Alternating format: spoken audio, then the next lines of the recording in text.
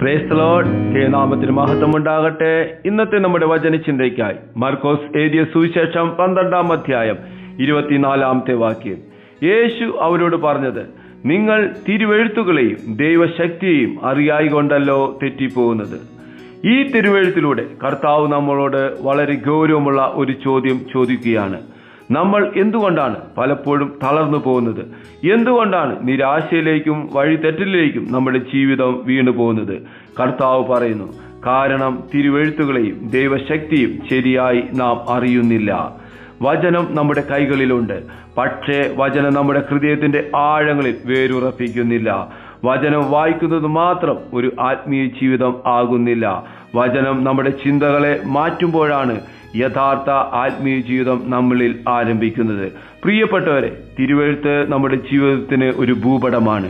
എവിടെ പോകണം, എങ്ങനെ നടക്കണം, എന്ത് ഒഴിവാക്കണം, എല്ലാം വചനം നമ്മെ പഠിപ്പിക്കുന്നു.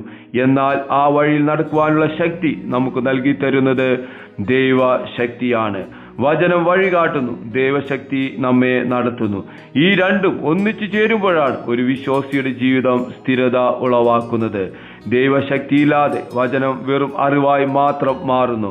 വചനമില്ലാതെ ദൈവശക്തി ശരിയായ രീതിയിൽ ഉപയോഗിക്കുവാൻ പലപ്പോഴും കഴിയുന്നില്ല. അതുകൊണ്ടാണ് യേശു പറഞ്ഞത്, തിരുവെഴുത്തും ദൈവശക്തിയും ഒരുമിച്ച് അറിയണമെന്ന്. ഈ ശക്തി നമ്മളിൽ പ്രവർത്തിക്കുമ്പോൾ പാപത്തെ ജയിക്കുവാൻ നമുക്ക് കഴിയും. പ്രയാസങ്ങളിൽ പതറാതെ നിൽക്കുവാൻ നമുക്ക് കഴിയും. നമ്മുടെ വാക്കുകളിൽ സ്നേഹം നിറയുകയും നമ്മുടെ ജീവിതം മറ്റുള്ളവർക്ക് അനുഗ്രഹമായി വലിയ സാക്ഷ്യമായി മാറുകയും ചെയ്യുന്നു. പ്രിയമുള്ളവരെ, ഇന്ന് രാവിലെ നമുക്ക് നമ്മളെ തന്നെ കർത്താവിന്റെ കരങ്ങളിൽ സമർപ്പിക്കാം. നമുക്ക് ഒരുമിച്ച് ഇങ്ങനെ പ്രാർത്ഥിക്കാം.